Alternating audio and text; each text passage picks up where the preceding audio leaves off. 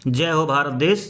जीतने का मज़ा तभी आता है जब लोग आपके हारने का इंतज़ार करते हैं। हेलो दोस्तों, आपके अपने यूट्यूब चैनल शिक्षा की रोशनी 24 में स्वागत है।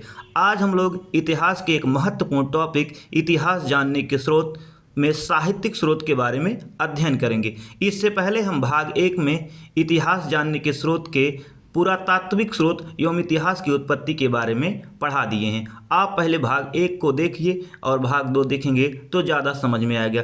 यह जो है आपके टीजीटी एवं सभी वनडे एग्जाम के लिए महत्वपूर्ण है। तो चलिए दोस्तों शुरू करते हैं। साहित्यिक स्रोत। साहित्यिक स्रोत को जो है 2 भागों में बांटा गया है। कितने भागों में बांटा गया? 2।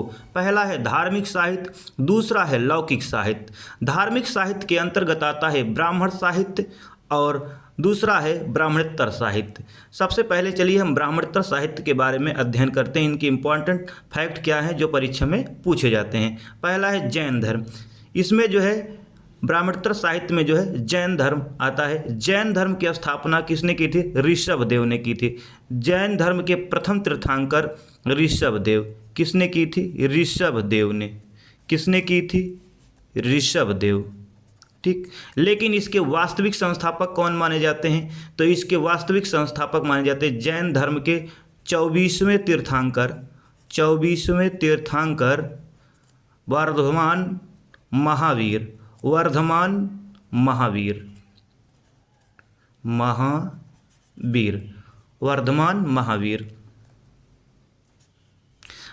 महावीर का जन्म जो है वैशाली के कुंडाग्राम में हुआ था। वैशाली के कुंडाग्राम में। कहाँ हुआ था?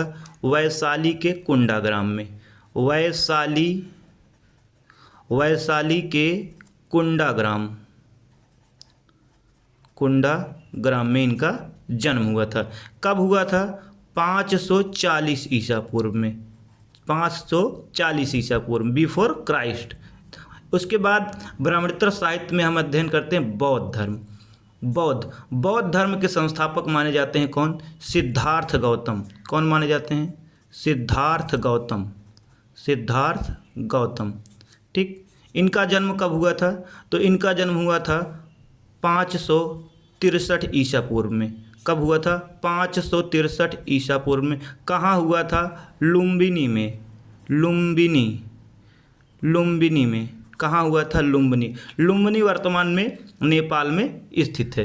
ठीक। बता दें कि गौतम बुद्ध के बचपन का नाम था सिद्धार्थ और यहाँ जो वर्धमान लिखा गया है, महावीर के बचपन का नाम वर्धमान था।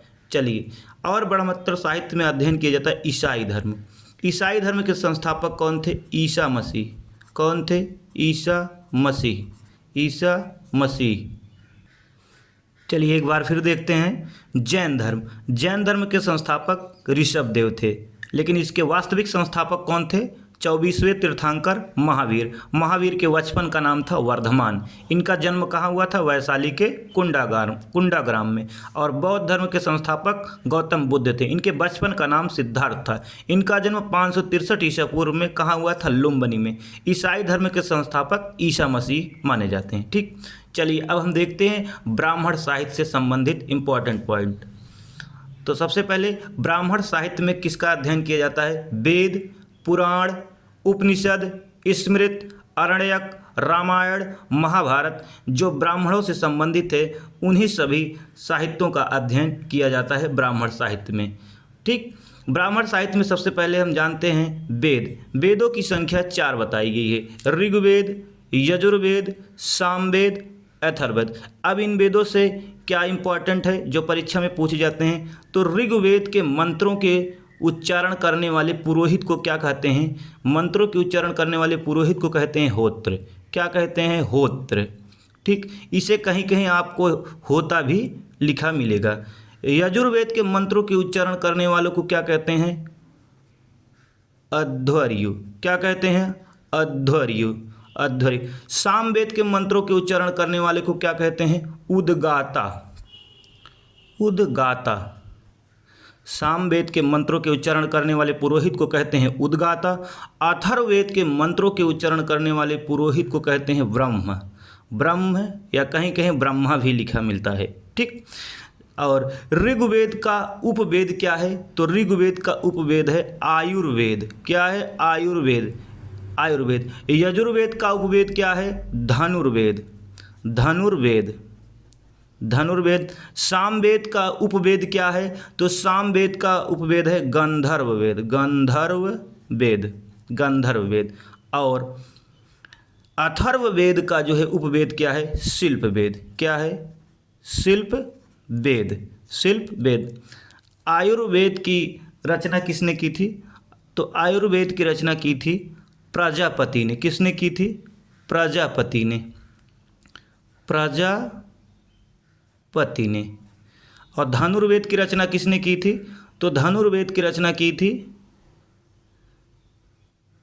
विश्वामित्र। किसने की थी? विश्वामित्र। ठीक। शिल्पवेद की रचना किसने की थी? तो विश्वकर्मा। विश्वकर्मा। ठीक। चलिए आगे देखते हैं ऋग्वेद से संबंधित क्या प्रश्न पूछा जाएगा। सबसे प्राचीन वेद किसे कहा जाता है? तो ऋग्वेद को कहा जाता है। और सबसे बाद का वेद किसे कहा जाता है? तो अथर्ववेद को सबसे बाद का वेद कहा जाता है। यहाँ से एक इम्पॉर्टेंट पॉइंट सामवेद से बनता है। किस वेद को जो है संगीत का जनक कहा जाता है? तो सामवेद को। किसका जनक? संगीत का जनक। संगीत का जनक। ठीक। भारतीय संगीत का जनक जो है सामवेद को कहा जाता है। एक इम्पॉर्टेंट पॉइंट ये है कि ऋग्वेद, यजुर्वेद और सामवेद तीनों को मिलाकर इसे कहा जाता है वेदात्रयी। क्या कहा जाता है? वेदात्रयी। इम्पॉर्टेंट है। ठीक। और ऋग्वेद में कुल जो है 1028 मंत्र हैं। कितने मंत्र हैं ऋग्वेद में? 1028 मंत्र हैं। ऋग्वेद में 1028 मंत्र हैं। 10 मंडल हैं। कितने मंडल हैं? 10 मंडल है। मंडलों से भी इम्पॉर्टेंट क्या है उसको हम जानते हैं। ऋग्वेद में जो है दूसरा से लेकर 7वां तक जो है पुराना है। ठीक। पुराना मंडल है। और पहला 8वां और 10वां जो है, पहला 8वां 10वां जो है बाद का है।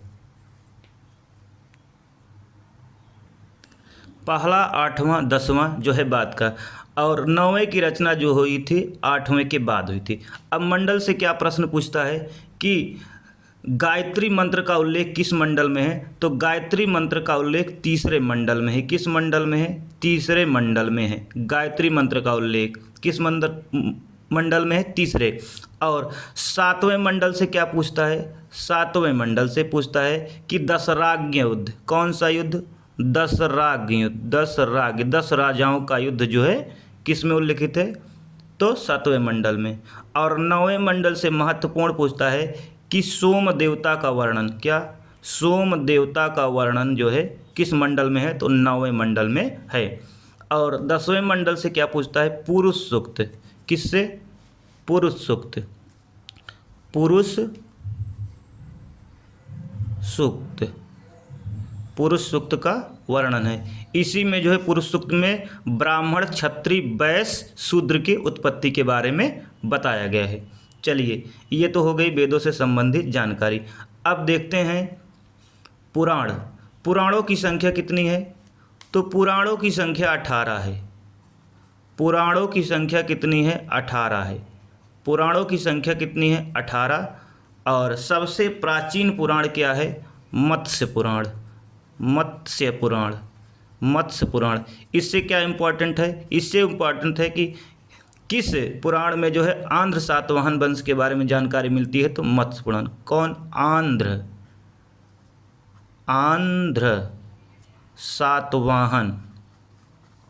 आंध्र सातवाहन के बारे में जानकारी मिलती है किस पुराण में? तो जो है मत्स्य पुराण में। उसके बाद है उपनिषद। क्या है? उपनिषद। उपनिषदों की संख्या कितनी है? उपनिषदों की संख्या कितनी है? 108। ठीक। उपनिषद से जो है एक प्रश्न पूछता है कि भारत का राष्ट्रीय वाक्य कौन सा? भारत का राष्ट्रीय वाक्य सत्यमेव जयते किस उपनिषद से लिया गया? तो इसका राइट आंसर होगा मुंडकोपनिषद। मुंडकोपनिषद से लिया गया है। और यह मुंडको उपनिषद किस वेद से संबंधित है?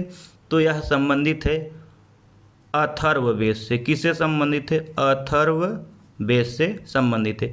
अथर्ववेद से एक महत्वपूर्ण प्रश्न ये भी पूछा जाता है, अथर्ववेद से एक महत्वपूर्ण यह प्रश्न पूछा जाता है कि सभा और समिति प्रजापति की दो पुत्रियों का उल्लेख किस वेद में मिलता है? तो अथर्ववेद में। सभा और समिति, सभा और समिति, सभा और समिति जो है प्रजापति की पुत्री थी। किसकी पुत्री थी? प्रजापति, प्रजापति की पुत्री थी। इसका उल्लेख किस में है? अथर्ववेद में है। उसके बाद आता है स्मृति। क्या आता है? स्मृति,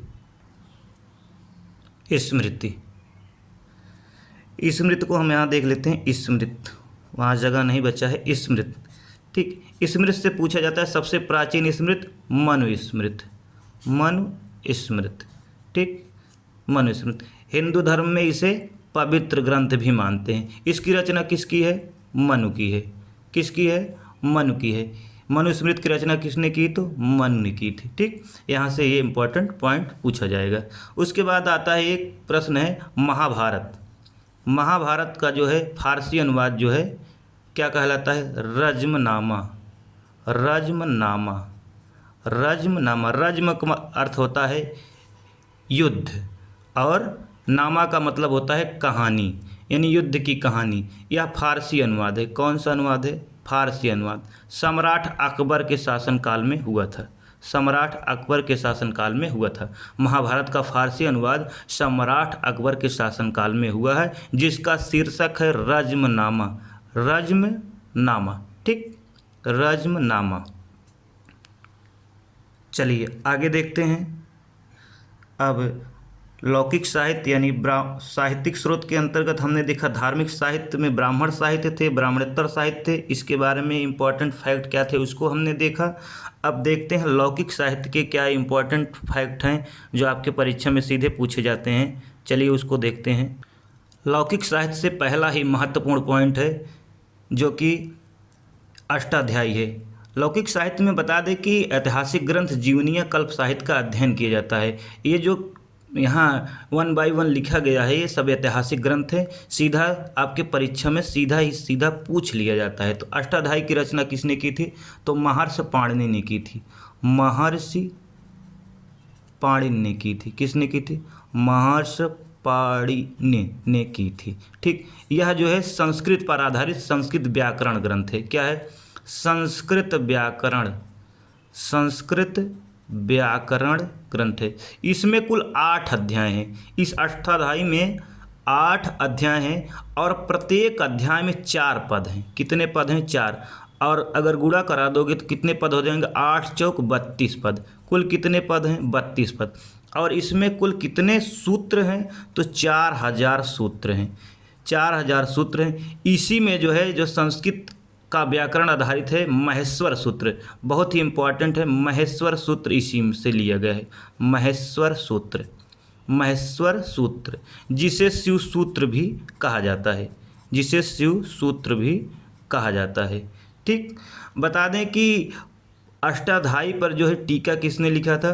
तो अष्टाध्यायी पर टीका लिखे थे कात्यायन ने, कात्यायन ने, कात्यायन ने लिखा था। उस टीका का नाम दिया था वर्तिका, वर्तिका। क्या नाम दिया था? वर्तिका। और इसी वर्तिका की व्याख्या किसने किया था? व्याख्या किए थे हमारे पतंजलि ने। किसने किया था? पतंजलि महोदय द्वारा। पतंजलि महोदय द्वारा किया गया था शुंग काल में। किस काल में? शुंग काल में किया गया था। और इसका नाम इन्होंने क्या दिया?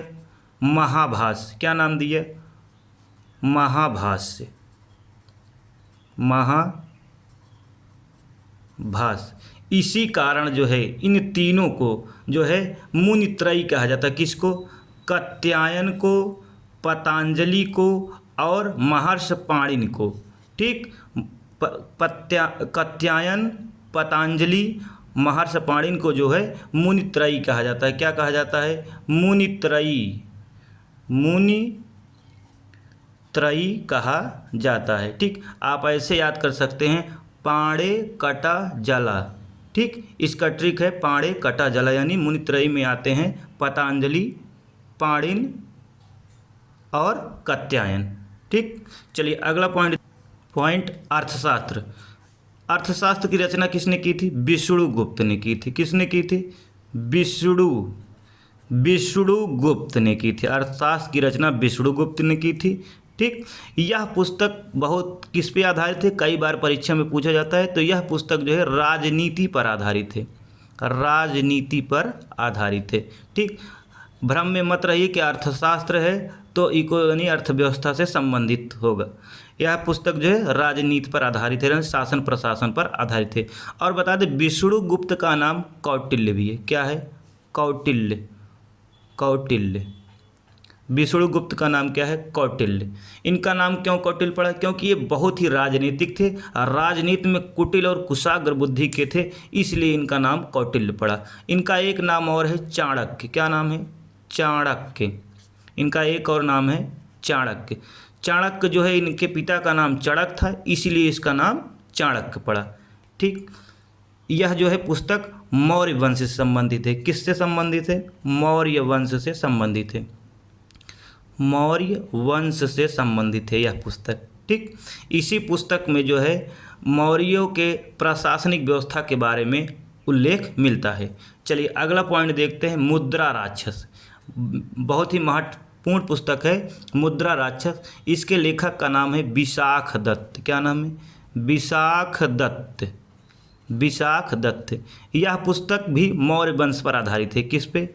मौर्य वंश के बारे में जानकारी देती है। मौर्य वंश के बारे में जानकारी दे। इसी पुस्तक में चंद्रगुप्त मौर्य की उपलब्धियों एवं आचार्य चाणक्य और चंद्रगुप्त मौर्य, किसके? चंद्रगुप्त मौर्य की उपलब्धियों के बारे में वर्णन है। और इसी पुस्तक में आचार्य चाणक्य की जो राजनीतिक रणनीति है उसके बारे में उल्लिखित किया गया है। किसके द्वारा? विशाख दत्त के द्वारा। ठीक, अगला पॉइंट है देवी चंद्रगुप्तम। यह भी विशाख दत्त की पुस्तक है। किसकी पुस्तक है? विशाख दत्त की पुस्तक है। ठीक, इस पुस्तक में जो है गुप्त वंश के बारे में जानकारी मिलती है। इस पुस्तक को अगर हम अध्ययन करेंगे किस वंश की जानकारी मिलेगी? गुप्त वंश की जानकारी में। बता दें विशाख दत्त जो है किसके समकालीन माने जाते हैं? तो विशाख दत्त जो है चंद्रगुप्त द्वितीय, जिसका नाम विक्रमादित्य भी है, के समकालीन माने जाते हैं। चलिए अगला पॉइंट देखते हैं। अगला पॉइंट है गीत गोविंद। गीत गोविंद की रचना किसने की थी? तो गीत गोविंद की रचना की थी जयदेव। महत्वपूर्ण है जयदेव। जयदेव किसके दरबारी के थे? तो बंगाल में एक वंश था सेन वंश। क्या था? सेन वंश। उसी के राजा का नाम था लक्ष्मण सेन। क्या नाम था? लक्ष्मण सेन के जो है दरबारी कवि थे। ये गीत गोविंद में क्या है? तो गीत गोविंद जब हम अध्ययन करेंगे इसी में जो है रासलीला यानी राधा कृष्ण के बारे में बताया गया है। ठीक, आप लोग भी रासलीला मत करिएगा, अभी पढ़ने की उम्र है, पढ़ाई करिए। चलिए आगे देखते हैं नवसहसांक चरितम ये किसकी पुस्तक है? पद्मगुप्त की है। किसकी है? पद्मगुप्त की है। ठीक, पद्मगुप्त की यह पुस्तक है। पद्मगुप्त किसके दरबारी कवि थे? तो पद्मगुप्त जो है मालवा के परमार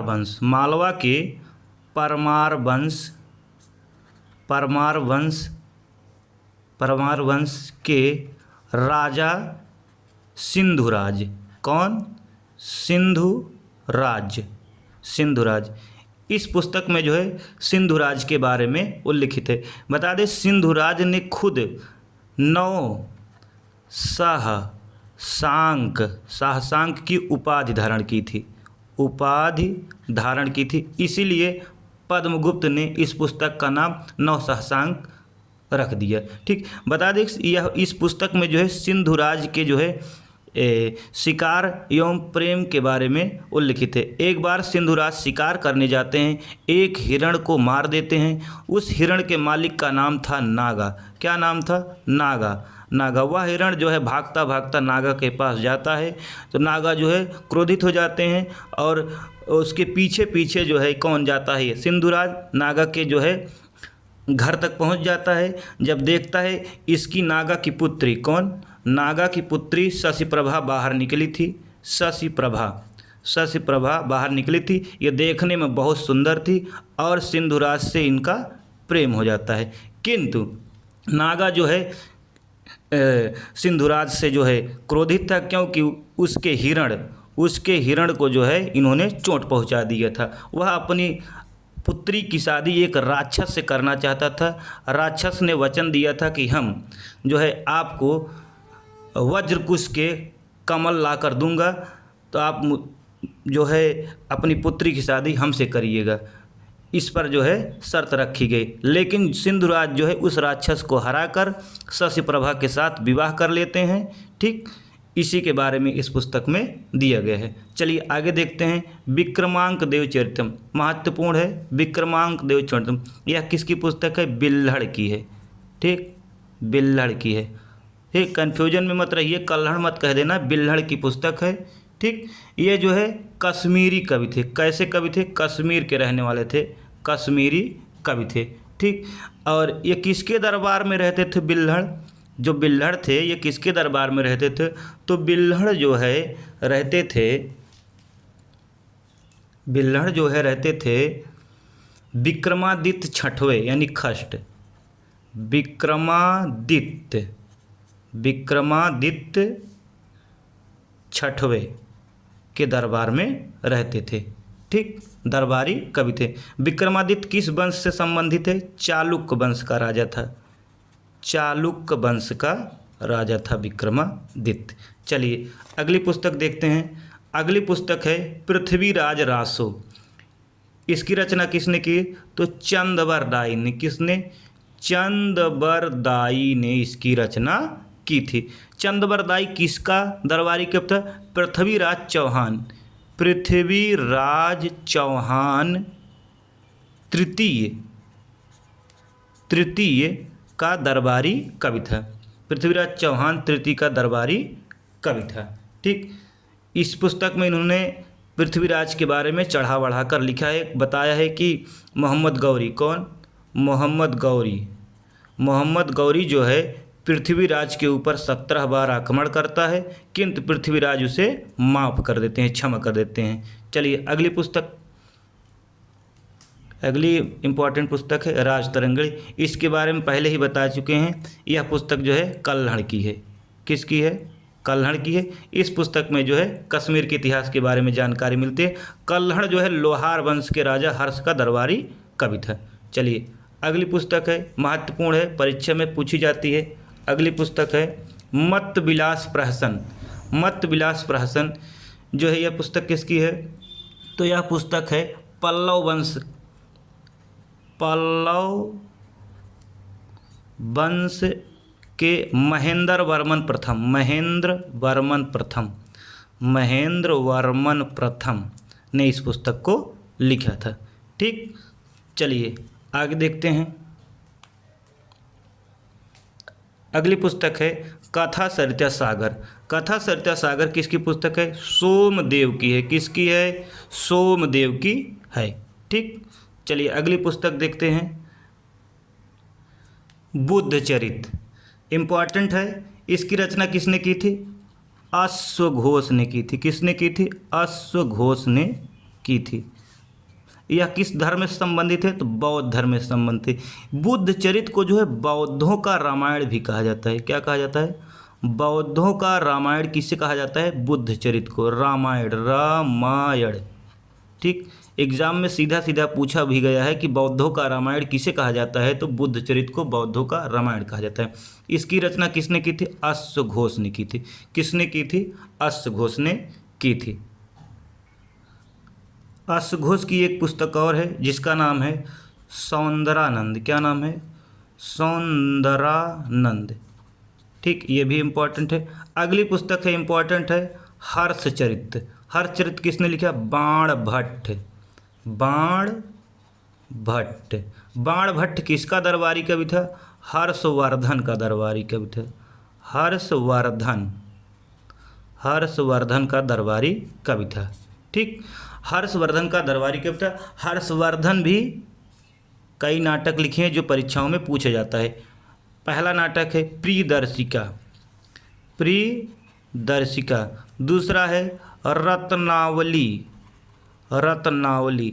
और तीसरा है नागानंद, नागानंद,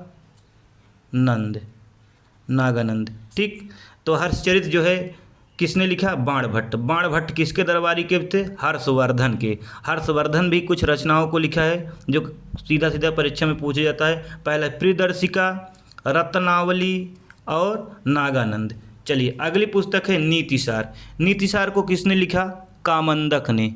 नीतिसार को किसने लिखा? कामंदक, कामंदक, कामंदक। अगली इंपॉर्टेंट पुस्तक प्रबंध कोश। क्या है? प्रबंध कोश। इसके रचनाकार कौन है? राजशेखर। कौन है? राजशेखर। राजशेखर की एक और पुस्तक है जो परीक्षा में पूछी जाती है, कर्पूर मंजरी, कर्पूर मंजरी, कर्पूर मंजरी। एक पुस्तक और है इनकी, विध्वंसाल मंजिका, विध्वंसाल भंजिका, विध्वंसाल भंजिका इनकी पुस्तक है। किसकी है? राजशेखर की है। चलिए अगली पुस्तक है रासमाला कीर्त कौमुदी। रासमाला कीर्त कौमुदी ये किसकी पुस्तक है? सोमेश्वर की है। सोमेश्वर, सोमेश्वर की है। ठीक, कीर्त कौमुदी में जो है गुजरात के शासक वस्तुपाल का वर्णन है। किसका? गुजरात के शासक वस्तुपाल का वर्णन है। ठीक, वस्तुपाल का वर्णन मिलता है। अगली महत्वपूर्ण पुस्तक है, वेरी वेरी इंपॉर्टेंट, प्रबंध चिंतामणि। किसकी पुस्तक है? प्रबंध चिंतामणि। ये है मेरुतुंग की। किसकी है? मेरुतुंग, मेरुतुंग की रचना है। अगली पुस्तक है रामचरित। बहुत ही कन्फ्यूजन करती है रामचरित। ये किसकी है? संध्याकर नंदी, संध्याकर नंदी, संध्याकर नंदी। गोस्वामी तुलसीदास यहाँ नहीं लगाना है। गोस्वामी तुलसीदास ने रामचरित मानस की रचना की है, न कि रामचरित की। रामचरित की रचना किसने की? रामचरित ग्रंथ जो है किसके द्वारा लिखा गया? संध्याकर नंदी द्वारा लिखा गया है। अगली पुस्तक है गौडवाहो। गौडवाहो क्या है? अगली पुस्तक गौडवाहो। गौडवाहो की रचना किसने की? वाकपति ने। किसने की है? वाकपति ने गौडवाहो की रचना की है। चलिए अगली पुस्तक देखते हैं, भोज प्रबंध। भोज प्रबंध किसकी है? बिल्लाल की। किसकी है? बिल्लाल की रचना है। ठीक है, अगली पुस्तक देखते हैं। अगली पुस्तक इंपॉर्टेंट है पंचतंत्र, मोस्ट इंपॉर्टेंट। किसकी है? विष्णु शर्मा, विष्णु शर्मा की है। इसी में जो है चालाक लोमड़ी, गीदड़ सियाड़, गीदड़ शेर की कहानियाँ देखने को मिलती है जो शिक्षाप्रद के लिए लाभदायक है। ठीक, इससे जो है मानो बहुत ही अच्छे से सीख जाता है इस कहानी को पढ़कर। पंचतंत्र किसकी पुस्तक है? तो विष्णु शर्मा की है। चलिए अगली पुस्तक नाट्यशास्त्र। नाट्यशास्त्र किसकी पुस्तक है? भरत मुनि की है। भरत मुनि। नाट्यशास्त्र की रचना किसने की थी? तो भरत मुनि ने की थी। चलिए आखिरी और लास्ट पुस्तक है पृथ्वीराज विजय। पृथ्वीराज विजय ये किसकी पुस्तक है? तो ये पुस्तक है जयानक की। जयानक, ये किसकी पुस्तक है? जयानक की। यह वीडियो यहीं पे समाप्त करते हैं। मिलते हैं अगले वीडियो में। जय हो भारत देश।